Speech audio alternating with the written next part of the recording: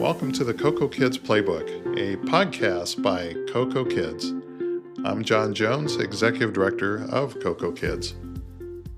All right. Okay. Welcome back. We have Elia Lundgren, right? Yes, sir. I Okay. am the Child Care Bridge Navigator. All right. And how long have you been working here at CocoKids? I have been 7.5 years with the agency, 6.5 years as the Foster Bridge Navigator, supporting our foster families. Okay. So that would make you our specialist on Foster Bridge, right?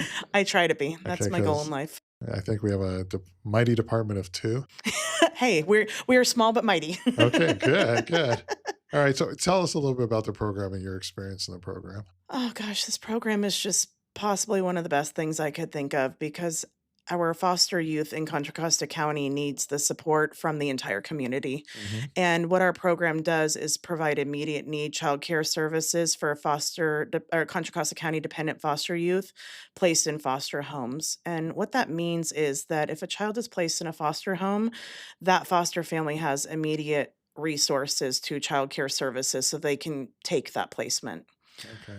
Oftentimes, a placement depends on if childcare is available or not. So, what that might make the difference of a child being placed with a family member and feeling comfortable potentially, or maybe being placed outside the home, which is not a bad thing. But, if we can keep kids within their immediate family based on a childcare voucher or assistance, then we're definitely here for that. All right. So the challenge first was finding enough resource families to take children who were removed from the home, correct?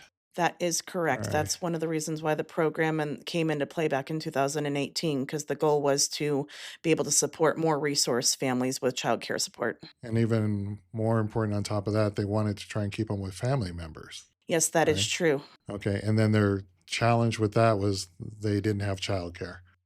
That is correct. Okay. Not all families can afford childcare. The cost of childcare is through the roof. And I can say firsthand personally, if my sister's child got placed with me tomorrow, I could not afford right off the top the cost of childcare services, and I may have to pass on my own family Hmm. in supporting them if I had to pay that bill effective tomorrow. Yeah. So it becomes not just an emotional challenge, it becomes a financial challenge That's for correct. families. All right. 100%. So this kind of lifts that barrier, takes that barrier away from families who do want to participate in supporting not only their own family, but other families, children outside, correct? That is correct. Okay. All right. So where do you come in this whole piece of it? So I hope in the perfect world I come in right away. A referral has to be submitted from Contra Costa County social workers to our agency for me to start the process. But from there we hit the ground running. We are the emergency foster bridge program, meaning that the goal is from the time the referral is submitted to enrollment in services can be as quickly as 24 to 48 hours if that's what a family Wow, needs. that's fast. How, Yes. how do you find a childcare provider so quickly? So every single case is different. I do provide families with childcare referrals if needed. If they have somebody in mind, that usually makes it go a lot quicker. If they are looking at referrals, they do have to do interviews and such, so that could hold up a little bit but that's based on if they want to, what they want.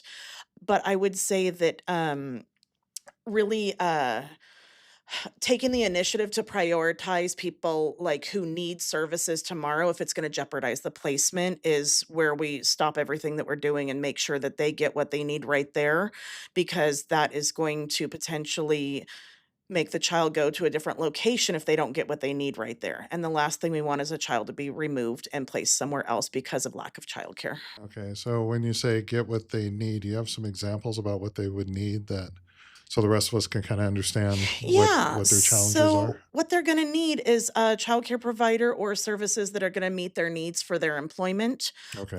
So If the hours of service are exactly important. hours Okay. of service, and then finding a right fit for their family if they're asking for my assistance.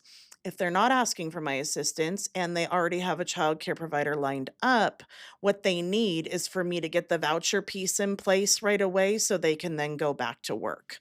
Okay. So needs can be as little as can you just get this done for me tomorrow? Or have a child with autism who I need specialized childcare for, who I need all this, where there's kind of a bunch of us involved to make sure all the child's needs are met, not just the voucher piece. Okay. All right. And then on top of that, I'm going to make the assumption that being removed from your family home is quite traumatic. I couldn't think of much more traumatic experience for a child to go through because of the process that the foster care system is. Foster care is court ordered removal by a judge, and that's really important to know.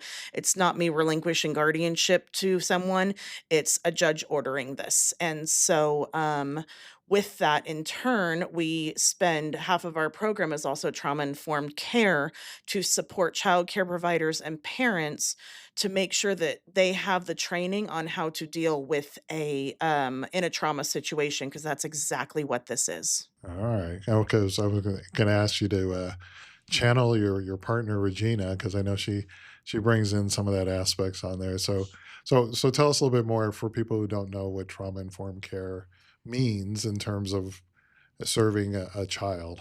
Trauma informed care is recognizing that certain behaviors are not just bad behaviors per se, but it's a trauma response.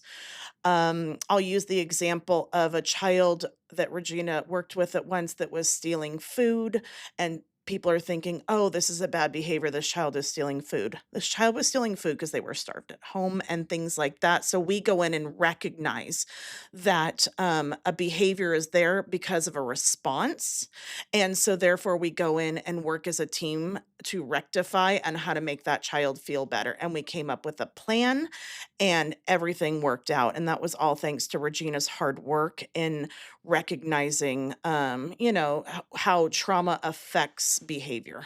Wow. Okay. I could see if you don't know when your next meal is, you kind of save as much as you can, right? Absolutely. And recognizing those things, it's the difference between kind of knowing better, but having an automatic response to something. And as a parent and a provider, you need to know that this child isn't doing this other than the fact that they don't know any better. That's, what we think of as a trauma response.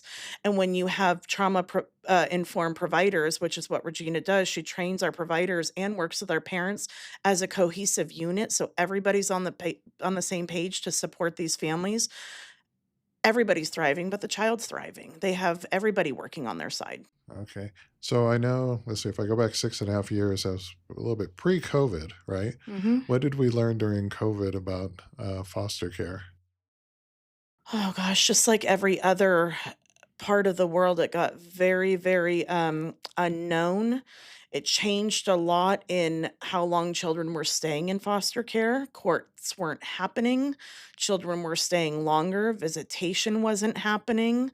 Um, it really, really changed for that period of time how children were being uh not treated per se by the courts, but when you're in a having visitation and then that stops because of COVID, it affects the kids and how they're going to act and react. Okay. I remember I read an article about kids weren't entering the system during COVID because they're usually uh, issues get identified from Yep, classroom teachers, a third absolutely. party, not necessarily a parent. So people weren't able to see what was going on during that time. Exactly. So it wasn't like everything got better. There's fewer foster kids. It was those kids were not being identified.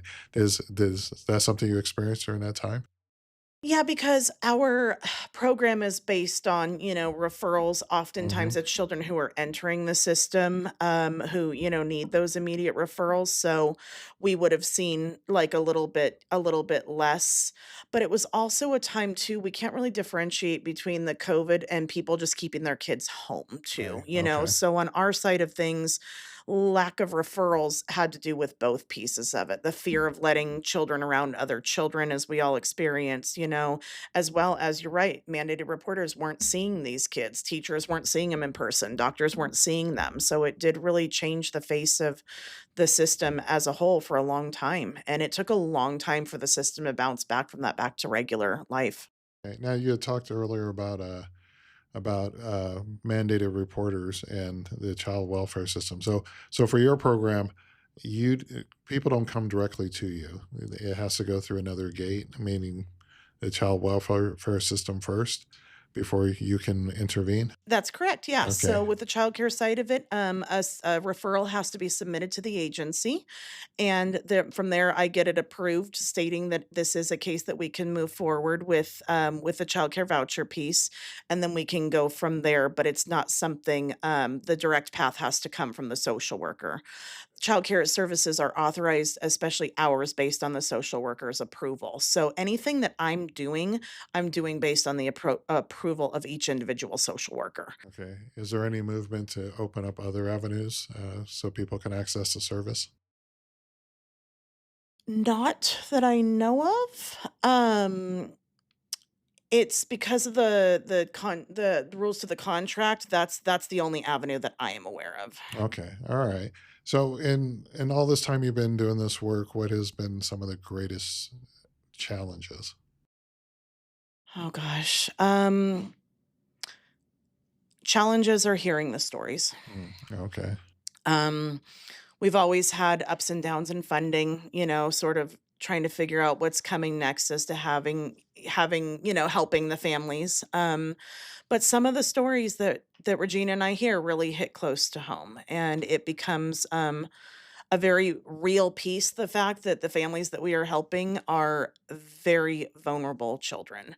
And when they're just a name on a paper, you know what I mean? You don't quite have the same impact but it makes us want to do more because we know the story. So it makes us want to advocate that much harder for our families. And in Regina's side of it, I know when she finds out, like if we find out more, she'll hit the ground running as to how do we help this family. It really our challenges motivate us to do more is the best way I can describe it. So then how do you handle your own trauma informed care?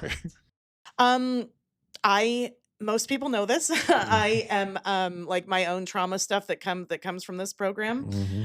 I am an equestrian and I spend time with animals every day after work. So I absolutely personally like that's how I cope with everything that happened during the day is I put myself in a peaceful situation at night so I can pop back up and do it all again the next day. So it's animal therapy. It's very much animal therapy. Okay. There's a lot of the scientific proof between therapeutic animals and, how it helps alleviate the stress to this. And that's how I personally cope with it. It makes it doable. And I'm happy to get up and do it again the next day. Well, don't tell my dogs. That's why they think they're the boss of the house.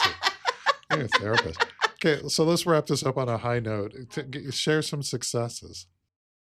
Oh, successes. Okay. We have so many. I have families that adopt children. They have their forever families, and the support that they got from our agency makes all the difference.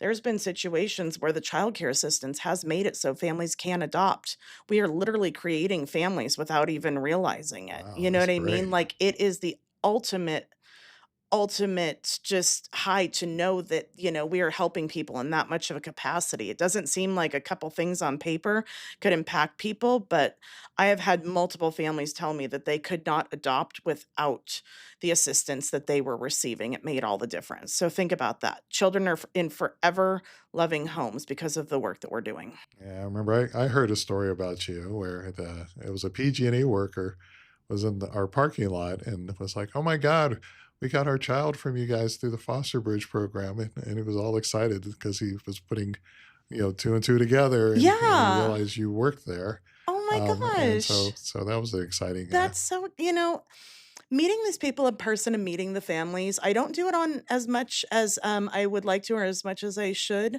but seeing the faces and watching these families come together, I will say, I'd like to point this out. I have been to adoption court. I've been invited to go to adoption court Uh-huh.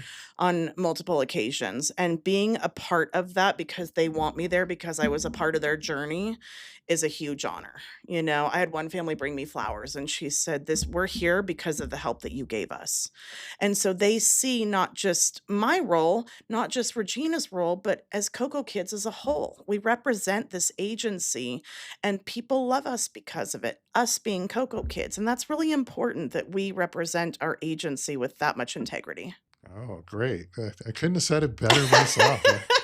I don't want to brag, but okay. Is there anything else you want to share about the program? What I love is that, I could kind of picture, even though we call it a foster bridge program, it's really kind of bridge from trauma to success or to something pleasant or, so is there any last words or last thoughts as we move forward with this initiative? It's just important that because we are such a small program, that we stay in the forefront of how important the work is that we're doing. Other departments have a lot more funding, a lot more people, a lot more, that there's no it's never in jeopardy. It's just so important to keep the work that we do in this specific program in the forefront to make sure people know how important it is because they don't know until you have a family member that can't take a placement because they can't afford it. And now their family's in the foster care system and that affects them directly and the child. So I just hope that moving forward for all the years to come, that all the hard work and advocacy that was made to create this program continues to, as budgets go up and down, that our little corner of the world matters so very much. Okay. All right. Well, thank you. We were with Elia Lundgren, the Foster Bridge Coordinator at Coco Kids. Is that the right title? Childcare Bridge Navigator, but Okay. gosh, Yeah. I go by Okay. like 3 different titles, so it's Yeah, fine. yeah, yeah. We'll just call her. Just ask for Aaliyah. Actually, we can't do that anymore. We have more than one Aaliyah. All right, all right. But thank you for coming in today, Aaliyah. I Awesome. really enjoyed this talk. Okay, Thank you, John. I appreciate it. bye. Bye. This podcast was brought to you by Coco Kids. Thank you to Letty Cuisan, executive producer, and Faith Donathan, line producer.